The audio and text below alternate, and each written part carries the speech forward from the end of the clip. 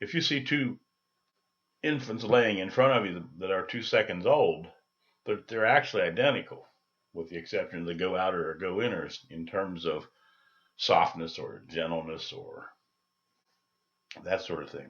All of the dynamics of their personality are introduced to them. And unfortunately, the normal, if you will, child absorbs it within the first 4 years, and they invent or create, that's a kind of a close word there in this particular instance, so I'd say create their entire life before they're 4 years of age.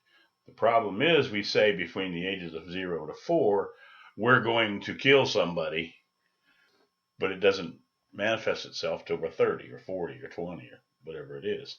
We don't use those words because we don't have words as children, but we create the dynamic for it. At that point, the tonal quality of voices is about the only thing the child has to go on.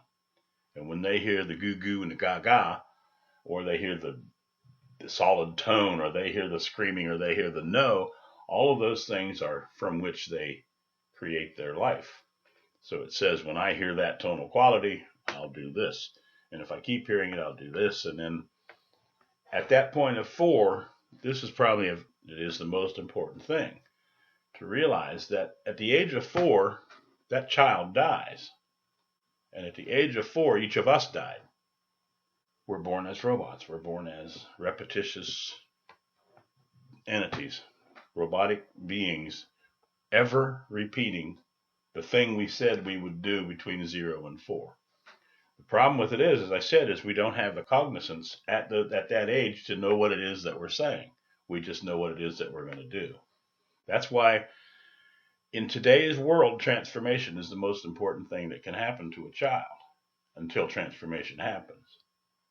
Because transformation is the ending of the program that we created for ourselves. It's so multifaceted that it all has to be a partnership. It has to be a partnership between the child and the adult. And it has to be a partnership with the realization from the adult's point that the child, at its birth and up until something close to 4 years of age, is 99% more intelligent than the parent. It's a really difficult thing, because the parent thinks that they're the smart one, which again is true because they are the smart one.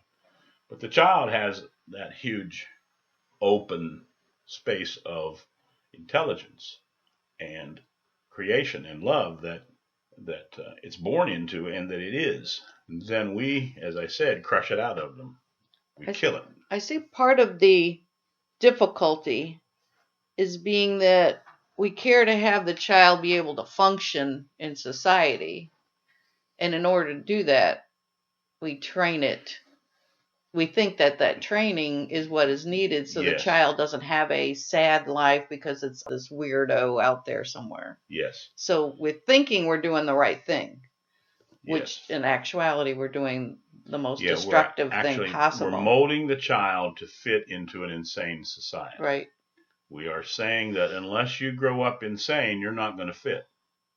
And we don't have the contextual consideration for ourselves that we are the insane, that we are the ones who are planning for, directly, World War III or World War IV, whatever one it is, and we're passing that plan on to our children in a encoded way. We're not saying, now when you grow up, start World War III. We are saying in an encoded way, be completely dissatisfied, not completely. Grow up and be like everybody else who are contributing to World War III. Yes.